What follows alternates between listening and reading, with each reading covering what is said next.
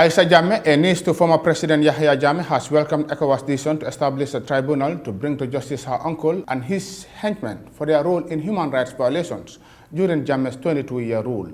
Aisha believes this proposed sub-regional tribunal will widen the depth and the scope of the reach of the long arm of the law to deal with all kinds of Jammeh-era human rights violations, even those that can be otherwise possible, relying on domestic laws.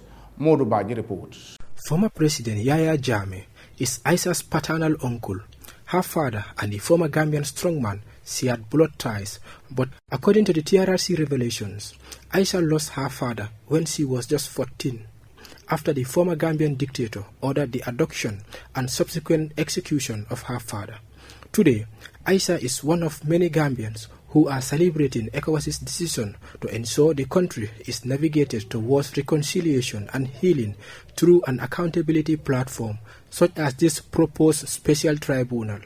Aisha is also in the front line of Gambia's accountability process.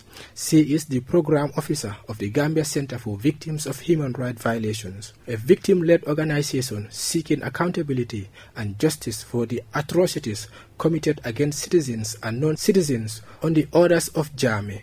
The decision of ECOWAS to set up a special tribunal has rejuvenated Aisha's hope of accountability of Jammeh's human rights excesses. Question for me, it's a very welcoming news to hear that at least something is happening in terms of accountability mechanism, which is one of the key recommendations that were made by the TRRC to ensure perpetrators who bear the highest responsibilities of crimes are prosecuted. And being a victim of, indirect victim of enforced disappearances, knowing my dad was a victim of enforced disappearances, being in a country which is the Gambia, our laws cannot prosecute crimes such as enforced disappearances, though Gambia has ratified enforced disappearances, but we are yet to domesticate it. So having this court, this special tribunal, will enable the Gambia to be able to prosecute such crimes such as enforced disappearances and other crimes that are not within our laws.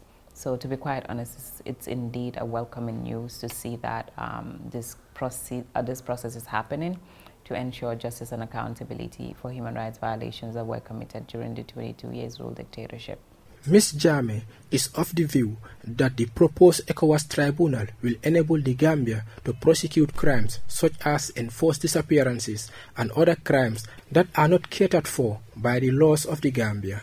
She described the decision as welcoming. Aisha Jammeh recounted that her family has been waiting for justice for almost 18 years now. 2005, between 2005 and 6, and today we're in 2024, and it's been up to 18 to 19 years, if I'm right. But it has been a long time that my family have been waiting for, at least to get that sense of justice. And what really happened to my family, up till today, we don't even know where my dad is buried. And also that's another issue that we'll have to deal with, and which obviously the Special Prosecutor Office could support families, for example, who are unable to know where their loved ones are buried. It could be a recommendation made by the Special Prosecutor Office to say, we want to see evidences of these remains of these people. And that could really help a forensic process to happen. It can help the exhumations to happen, for evidences to be tendered to the court. So I think obviously this is a process that myself as a victim would want to see happening in the transitional justice process. She believes that the proposed tribunal will pave the way for forensic investigations into the whereabouts of those that were summarily disappeared. Aisha revealed that when her father, Aruna Jammeh, was allegedly murdered by Yahya Jammeh, the family was unable to openly discuss the disappearance of their loved one until 2016, when Jammeh was ousted. For Star TV, I am Mutu El Baji.